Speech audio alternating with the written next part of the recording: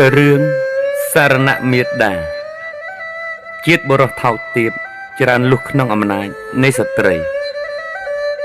ក្នុងក្រុងសាវត្ថីមានកហបតីម្នាក់ឈ្មោះសុមនៈភរិយាឈ្មោះនាងសុជាមឆកាមានកូន2នាក់ប្រុស1ស្រី1ការកូនប្រុសមានអាយុ16ឆ្នាំមេត្តាបិតាមានរោគគាពៀតជាទម្ងន់បានហៅកូនទាំងពីរមកប្រគល់ទ្រព្យសម្បត្តិឲ្យហើយប្រគល់នាងជាប្អូនឲ្យបងរៀបចំឲ្យមានស្វាមីផងផ្ដាំស្រេចហើយក៏ធ្វើមរណកាលទាំងពីររូបទៅបុត្រធីតានាំគ្នាធ្វើបុណ្យឈាបនកិច្ចតបស្នងសងគុណតាមទំនៀមទម្លាប់ខាងក្រោយមកបរិសុទ្ធជាបងមានភរិយា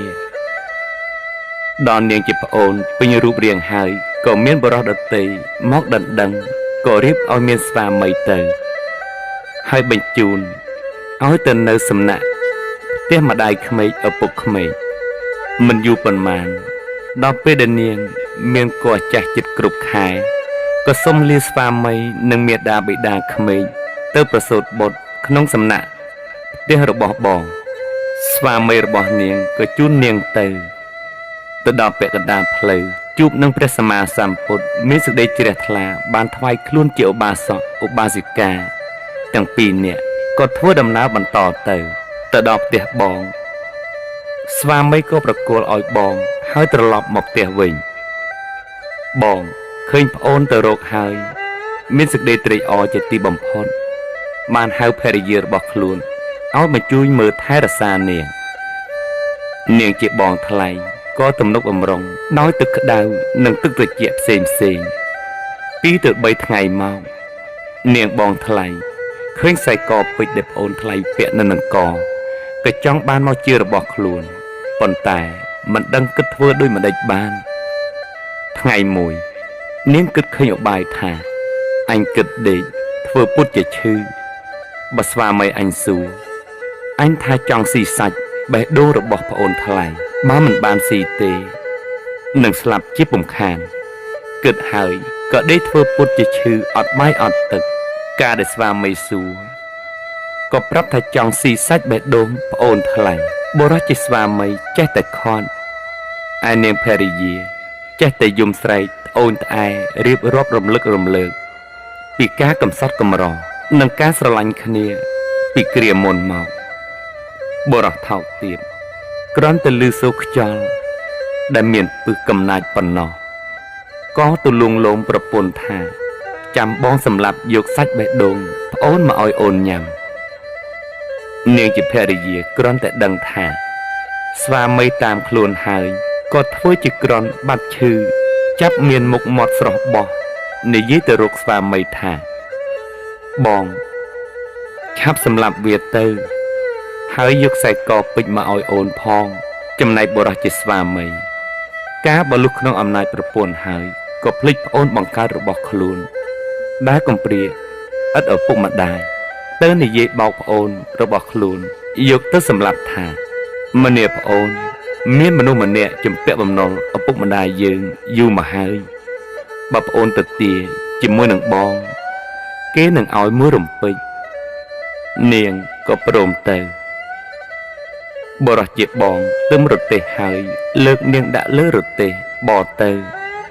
ពេលបរទៅដល់ពាក់កណ្ដាលព្រៃក៏បញ្ឈប់រទេះចាប់នាងអូសទម្លាក់ពីលើរទេះ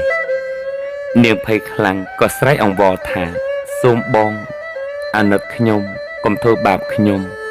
ព្រោះខ្ញុំមានគភ៌ចាស់ចិត្តគ្រប់ខែហើយបរិសុទ្ធជាបងមិនព្រមចាប់អូសនាងយកទៅសម្លាប់នាងក៏ប្រសូតបុត្រនៅក្នុងពេលនោះសន្លប់បាត់ស្មារតីទៅលុះដឹងខ្លួនឡើងនាងនឹកឃើញដល់គុណព្រះពុទ្ធក៏នឹកសូត្រភាវនានៅក្នុងចិត្តថានមោពុទ្ធាសៈនមោពុទ្ធាសៈដូច្នេះពុំដែលដាច់មានសេចក្តីអស្ចារ្យថានៅលើដើមឈើនោះមានរុក្ខទេវតាមួយអង្គជាអ្នកមានឫទ្ធិឃើញនាងជាស្ត្រីសប្បុរសមានពុទ្ធានុសតិជាអារម្មណ៍ដូច្នោះហើយក៏ដឹងច្បាស់ថាស្ត្រីនេះជាអ្នកមានគុណធម៌ខ្ពស់ Mà anh mình chui ở miếng chỉ vật ruột nở tế. Các bà anh nâng bay chiếc bằng pi chầm này chạy chiếc bùng khàn. Nực kích được nào hại. Có nằm mực luôn đối chụp đây rồi bỏ niềng. Cán nằm bòn đánh bò rò. Chị bòn ở rút bạch tử. Tự nòm niềng nâng cồn tôi tự đã các bài tìa kháng phát đầy. Bực lạng. Sva mấy bác thiệp tìa. Khơi một bồn rồi bỏ luôn ông cùi bầy cồn. Có stúc cho tôi tự tuôn. Xua thả. Niềng mong chỉ mùi nà na. Bọn dân chùn màu rứ. Niềng có bàn lại thả. Bọn mấy cơ xua nhầm đôi chân nó. Má ẩm bánh mình. Bọn nâng anh nông nhầm màu. Bố ra xva mây chạy tay bạc cây thả. Bọn mình đằng tê. Tớp niềng chỉ bạc bồn. Nì dây prap ta mà rửa bỏ niềng sòng cụm.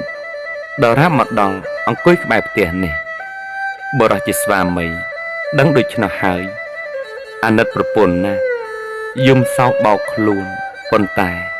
Mình ban cho cùng nùng. Đó bọn thay lại. Lúc mình tô bọn nơi sức đầy sau hai. Có niềm mônព្រះសម្មាសម្ពុទ្ធព្រមទាំងព្រះភិក្ខុសង្ឃជាច្រើនពាន់អង្គមកថ្វាយផាត់ហើយកំណត់ដាក់ឈ្មោះឲ្យកូនថាសរណៈព្រោះកូននោះដែលបានរស់ឡើងដោយសារតែមេត្តានឹករលឹកដល់ពុទ្ធគុណយកជាទីពឹងទីរលឹកទើបបុរាណាចារ្យទាំងឡាយឲ្យឈ្មោះមេត្តារបស់កុមារនោះថាសរណៈមេត្តាផងដែរលោកព្រះសង្ឃមានព្រះពុទ្ធជាប្រធានធ្វើផុតកិច្ចរួចស្រេចហើយព្រះសម្មាសម្ពុទ្ធទ្រង់សម្ដែងពធទេសនាជនទាំងពីរនាក់ប្តីប្រពន្ធក៏បានសម្រេចដល់សោតាបតិផលឯសរណៈកុមារដល់ធំដឹងក្តីឡើងក៏ទៅបួសជាសាមណេរក្នុងសំណាក់ព្រះសារីបុត្រទើបមានឈ្មោះថាសរណៈសាមណេរតាំងពីកាលនោះតមកសូមអនុមោទនា